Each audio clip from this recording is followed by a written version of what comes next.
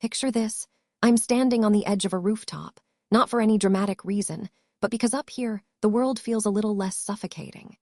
The city skyline stretches out like a jagged promise, all sharp edges and flickering lights, and for a moment, I can breathe.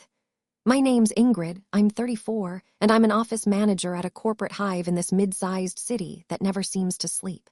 My days are a blur of schedules, memos, and endless emails, each one piling up like bricks in a wall I can't climb over. I'm good at my job, don't get me wrong. I keep the chaos at bay for everyone else, but inside, I'm just another gear grinding away in a machine that doesn't care if I rust. Downstairs, in my cubicle, the fluorescent lights hum like a headache I can't shake. I shuffle papers, coordinate meetings, and nod politely at coworkers whose names I sometimes forget. It's not that I don't try to connect. It's just that every conversation feels like a script I've read 1,000 times. By the time I clock out, I'm drained, carrying the weight of a day that feels like it never ends. And then there's home. Trent, my husband, is 36, a mechanic at a local garage with hands that are always smudged with grease and a laugh I used to live for. We've been married for 8 years, and once upon a time, we were the kind of couple who'd stay up all night talking about dreams we didn't even know we had. Now, though, our talks are clipped, transactional. Did you pay the electric bill? Can you grab milk on your way home? It's like we're roommates who happen to share a bed, and I can't remember the last time we really looked at each other. There's this hollow space in my chest, a void I keep trying to ignore, but it's growing. I miss him, or maybe I miss who we used to be. I'm not sure anymore. That's why the rooftop became my sanctuary.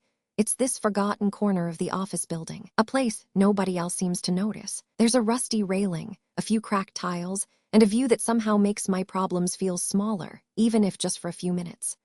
I come up here on my lunch breaks, or when the day gets too heavy, just to stand still and let the wind tug at my hair.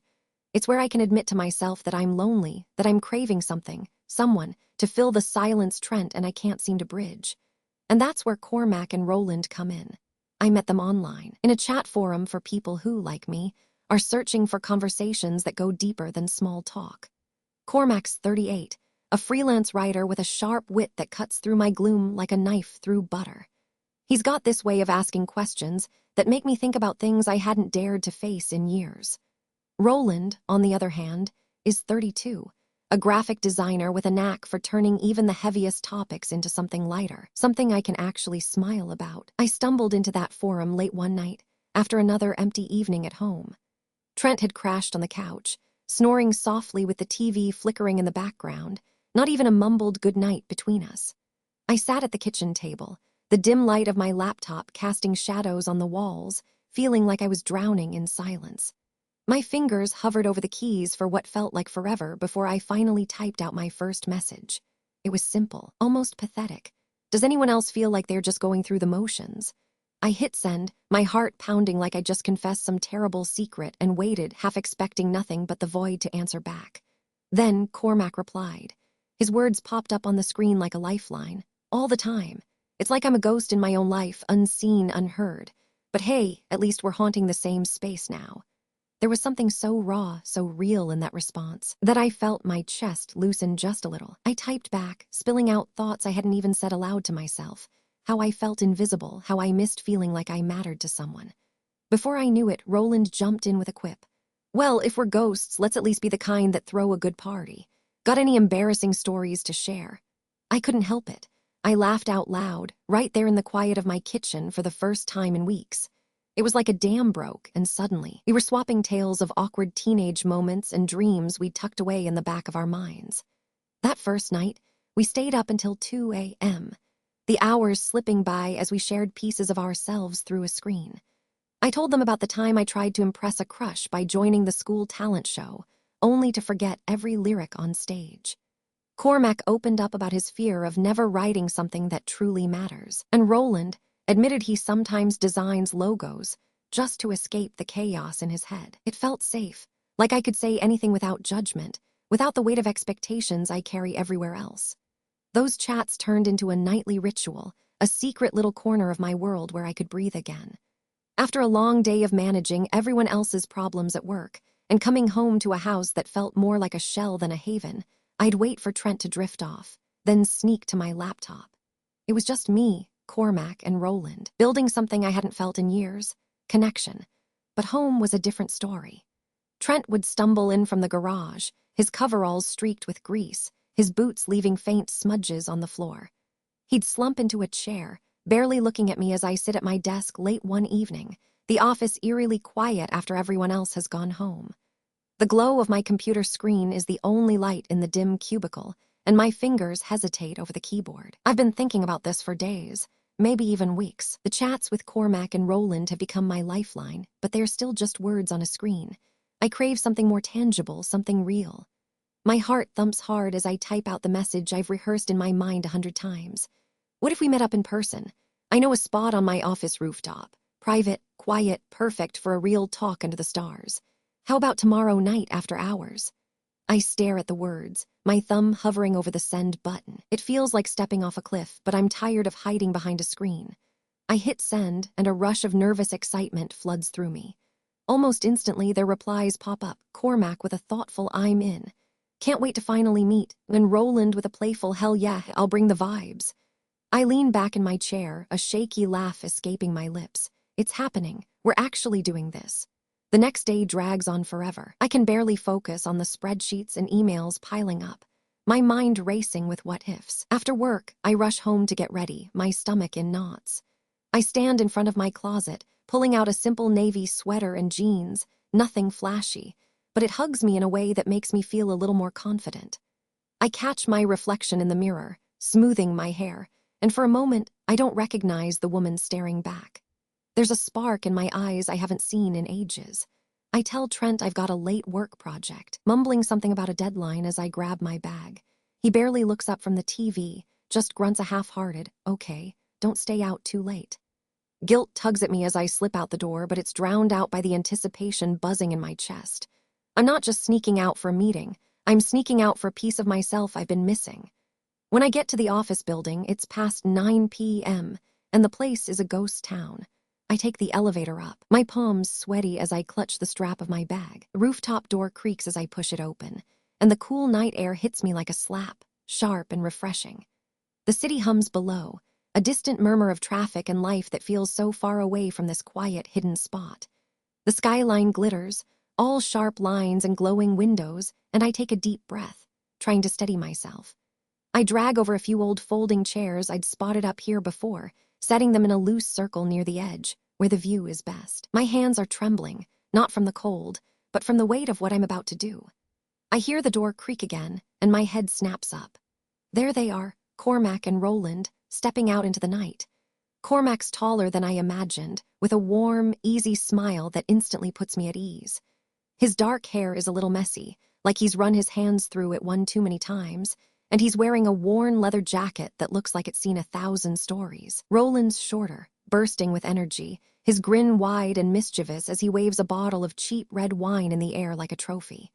"Found this on sale, thought we'd class up the joint," he says, and I can't help but laugh, the sound bubbling out of me like it's been trapped for too long. We settle into the chairs, the metal creaking under us, and there's this awkward, giddy moment where none of us quite knows what to say. It's different, seeing them in the flesh after months of just words. But then Roland cracks a joke about the wine tasting like regret, and the ice breaks. We're laughing, passing the bottle around as the city lights twinkle below us like a secret we're all in on.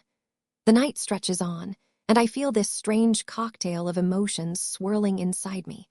Exhilaration from finally meeting Cormac and Roland in person, from hearing their voices instead of just reading their words, and this gnawing guilt that I can't quite shake. Every time I laugh at one of Roland's quips or nod at Cormac's quiet insights, I'm reminded of Trent back home, probably still glued to the TV, oblivious to where I really am.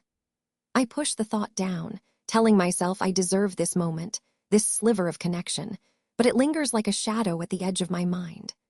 By the time we finally say goodnight, the bottle's empty, and my cheeks are flushed from the wine and the cold. I watch them disappear through the rooftop door, promising we'll do this again soon, and I'm left standing there alone, the wind biting at my skin, feeling like I've just opened a door I can't close. When I get home that night, it's well past midnight. The house is dark except for the faint glow of the hallway light Trent always leaves on when I'm out late.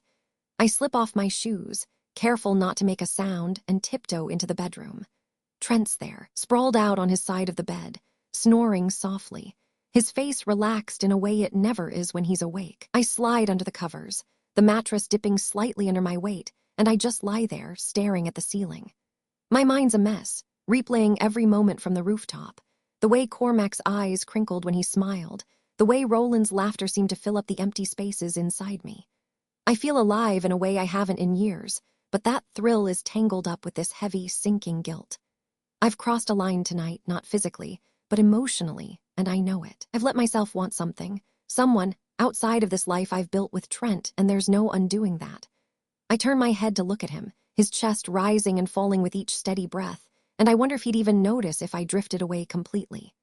The thought makes my throat tight, and I close my eyes, trying to will myself to sleep, but the ceiling above me feels like it's pressing down, trapping me in my own choices. The next few days are a blur of pretending. I go to work, plaster on a smile, and shuffle through the same old tasks, answering emails, scheduling meetings, nodding at coworkers like everything's fine. But inside, I'm a storm. I log into the forum late at night when Trent's asleep, chatting with Cormac and Roland like nothing's changed. But there's this new undercurrent to our conversations. Every message feels heavier, loaded with the memory of that night on the rooftop. I'm drawn to them more than ever, craving the way they make me feel seen, but I'm also terrified of what I've started. What if this spirals into something I can't control? What if I've already gone too far? I type out replies with shaky fingers, laughing at Roland's memes, mulling over Cormac's late-night musings, but there's this constant knot in my stomach, a fear I can't name. At home, things are off in a way I can't quite pin down. Trent's quieter than usual, his jaw tight when he glances my way, his responses clipped even for him. I notice it in the small things, how he doesn't linger in the kitchen while I'm making coffee, how he spends more time in the garage than in the living room with me. One evening, I try to break through the wall between us, asking him about his day as I set plates on the table for dinner. "Hey, anything interesting happen at the shop?" I say, keeping my tone light, hopeful. He barely looks up from his phone, just mutters, "Same old, nothing worth talking about," before turning his attention back to the screen. I stand there, holding a fork midair, feeling the sting of his dismissal like a cold wind cutting through me. I swallow the hurt, forcing a weak smile as I sit down across from him, but the silence at the table is louder than ever. It's been like this for weeks, this growing distance, and I've tried to convince myself it's just stress, just life getting in the way. But deep down, I know I've contributed to this chasm between us, with every secret chat, every stolen moment on that rooftop. I've been so wrapped up in my own need for connection that I've ignored how far we've drifted. And now, I'm about to find out just how much damage I've done. It's a Saturday evening, the kind of quiet night where the world outside seems to slow down, but inside our small living room, the tension is suffocating. I'm on the couch, flipping through a magazine I'm not really reading, when Trent comes in from the garage, his face unreadable. He's holding something small in his hand, and as he steps closer, I see it's a USB drive, the kind you'd use for storing files or videos. My stomach twists instinctively, though I don't know why. He doesn't say a word at first, just walks over to the old laptop we keep on the coffee table, the one we haven't touched in months because it's slow and outdated. I watch, my heart starting to pound, as he plugs the drive in with hands that tremble just slightly, like he's holding something fragile or dangerous. "Trent, what's going on?" I ask, my voice thinner than I mean it to be, but he doesn't answer. He just clicks a few keys, his jaw tight, and then a video player window pops up on the screen. The footage starts, grainy and a little shaky, but clear enough to make my blood run cold. It's the rooftop. My rooftop. The night I met Cormac and Roland in person. I'm there, sitting in one of those rickety folding chairs, the city lights a blurry backdrop behind me. I'm laughing, my head tilted back, my body leaning in too close to Cormac as he says something I can't quite hear through the laptop's tinny speakers. Roland's there too, waving his hands animatedly, the empty wine bottle on the ground beside us. I'm frozen on the couch, my magazine slipping from my lap to the floor with a soft thud. As I watch myself on that screen, my own voice cuts through the silence of our living room, sharp and damning, as I say things I've never dared to speak to Trent. I just feel so trapped sometimes, like I'm living someone else's life, not mine. I don't even know if he notices me anymore. Each word is a dagger, slicing through the air, through me, through whatever fragile thing was left of us. I see the way I look at Cormac in the video, my eyes too bright, too searching. And the way Roland's laughter seems to pull something out of me I've kept buried for years. It's not just what I'm saying. It's how I'm saying it, how I'm sitting, how I'm letting myself be seen in a way I haven't with Trent in so long. The video ends abruptly, the screen going black, but the silence that follows is heavier than anything I've ever felt. It's like the air itself is thick with betrayal, pressing down on me until I can barely breathe. I can't look at Trent, can't face whatever expression is on his face, but I feel his presence beside me, a storm waiting to break. Finally, after what feels like an eternity, he speaks, his voice low and broken, raw in a way I've never heard before. "How could you, Ingrid?" That's all he says at first, just those 3 words, but they carry the weight of every year we've spent together, every promise we've made. I open my mouth to respond, but my throat is tight, my words tripping over themselves before they can even form. "Trent, it wasn't physical, I swear. I needed someone to talk to. I needed to feel like I mattered again." I managed to choke out, my voice barely above a whisper, but the words sound hollow even to me. Trent doesn't respond right away. He just stands there, his shadow looming over the coffee table, and when I finally dare to glance up, I see the pain etched into every line of his face. His eyes, usually so steady, are glassy with unshed tears, and his hands are clenched into fists at his sides. "Talking," he says eventually, his tone bitter, cutting. "That didn't look like just talking, Ingrid. That looked like you pouring your heart out to strangers while I'm right here, waiting for you to notice me." His words hit like a punch, and I flinch, unable to deny the truth in them. I've been so desperate to feel seen that I forgot to see him, forgot to fight for us. That night, we don't say much more. He turns away, grabbing a blanket and pillow from the closet, and heads to the couch without another word. I sit there, alone in the dim light of the living room, the black screen of the laptop staring back at me like a mirror of my own mistakes. Days pass, and the silence between us grows into a chasm I don't know how to cross. Trent sleeps on the couch every night now, his back turned to me, even when we're in the same room. I see him in the mornings, shuffling through the kitchen with his coffee, his movements mechanical, like he's just going through the motions. Every time our eyes meet, I'm hit with a wave of guilt so heavy it feels like it's drowning me. I want to reach out, to pull him close and beg for forgiveness, but the words stick in my throat. I've broken something fundamental between us, something I didn't even realize I was risking until it was too late. The house feels emptier than ever, each creak of the floorboards, a reminder of the life we used to share. The laughter that once filled these walls, now just a distant memory. I try to find solace in reaching out to Cormac and Roland, hoping for some kind of understanding, some way to process what's happened. I send them messages late at night, my fingers trembling as I type out an explanation of the confrontation, of the hidden camera I didn't even know was there. I tell them how everything's fallen apart, how I don't know how to fix it, but their responses are short, distant, like they can sense the weight of the mess I've made and don't want to be pulled into it. Cormac writes back with a curt, "That's rough. I'm sorry you're going through this," and Roland just says, "Damn, didn't see that coming. Take care, okay?" There's no warmth, no invitation to keep talking, and our chats fizzle out into nothing. I stare at the screen, waiting for something more, but the silence from them feels like another door slamming shut. I realize they were never really mine to lean on, not in the way I thought. They were an escape, a temporary fix for a loneliness I should have faced head-on, and now even that escape is gone. In a desperate attempt to salvage what's left of my marriage, I muster the courage to talk to Trent about counseling. One evening, after another day of tiptoeing around each other, I find him in the garage, tinkering with an old engine part under the harsh light of a work lamp. I stand in the doorway, my arms crossed over my chest like a shield, and clear my throat. "Trent, can we talk for a minute?" I ask, my voice shaky. He doesn't look up right away, just keeps turning a wrench in his hands, but after a long pause, he nods. I take a deep breath and plunge in. "I know I've hurt you and I can't take back what I did, but I want to try to fix this. I was thinking maybe we could see a counselor, someone who can help us work through this together." My words hang in the air, fragile and uncertain. He finally looks at me, his expression unreadable, and for a moment I think he might walk away, but then he nods slowly, a glimmer of hope flickering in his eyes as he whispers, "Okay, let's try." Don't forget to subscribe, like, and comment if you enjoyed this story. This will help us create more engaging stories for you.